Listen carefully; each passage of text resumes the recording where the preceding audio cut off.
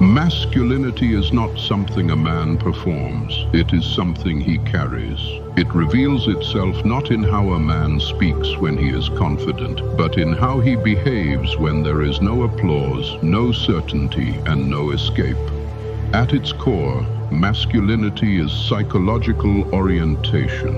It is the direction a man turns when pressure appears. Most men are taught to ask, consciously or not, who is responsible for this happening to me? A masculine man asks something different. He looks at his life and assumes ownership by default, not because everything was fair, but because responsibility is the only position that grants leverage. If something exists in his life, he treats it as his responsibility, not emotionally, but operationally. This does not mean he blames himself endlessly. It means he does not waste time locating fault. Blame gives the mind relief, but it strips the will of power. Responsibility does the opposite. It creates pressure, but it also creates agency. Psychologically, this is where masculinity begins. A man who takes responsibility trains his mind to search for solutions instead of narratives. He stops asking who failed him and starts asking what must be done. This shift is subtle, but it changes everything. A man who does not own his life is always negotiating with reality. A man who does own it begins shaping reality. That same principle governs emotion. Masculinity is not emotional numbness, it is emotional containment. A masculine man experiences anger, fear, desire, and frustration as fully as anyone else. What distinguishes him is that these states do not dictate his behavior. Most people live reactively. Their actions are consequences of mood, impulse, or circumstance. They are pushed through life by internal weather.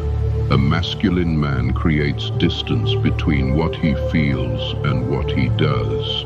This distance is not repression. It is discipline. He understands that the human nervous system evolved for survival, not wisdom. Impulse is fast, but rarely intelligent.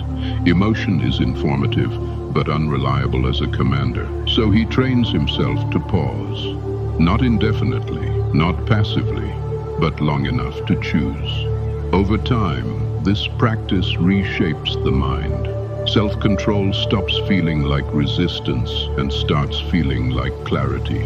Discipline replaces motivation because motivation is emotional and temporary. Discipline is structural. A man who cannot regulate himself cannot be trusted with responsibility, and a man without responsibility drifts. Drift is one of the quiet failures of modern life. Men lose direction not because they lack intelligence, but because they lack an organizing principle. This is where purpose enters. A masculine man does not orient his life around comfort. Comfort is efficient at dulling urgency. Pleasure is effective at shrinking ambition. Instead, he organizes himself around something that demands him. Purpose is not a slogan. It is a burden chosen voluntarily. Psychologically, purpose does something crucial. It gives suffering direction. Without direction, pain feels meaningless and becomes resentment. With direction, pain becomes cost. A masculine man measures his days not by how easy they were, but by whether they contributed to something that matters.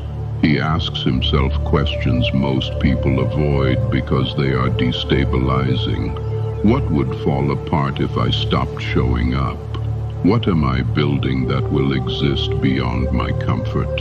What am I willing to endure in silence? Purpose does not eliminate doubt. It organizes it. The masculine mindset accepts a truth that is both sobering and stabilizing. No one is coming to rescue you. This realization does not produce despair in a masculine man. It produces clarity. He stops waiting for permission, validation, or ideal conditions. He acts with what he has, where he is, as he is. Masculinity is not aggression. It is grounded readiness.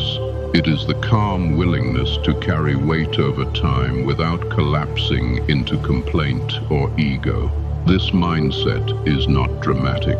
It is repetitive, often invisible. It looks like consistency without recognition, integrity without audience, strength that does not announce itself.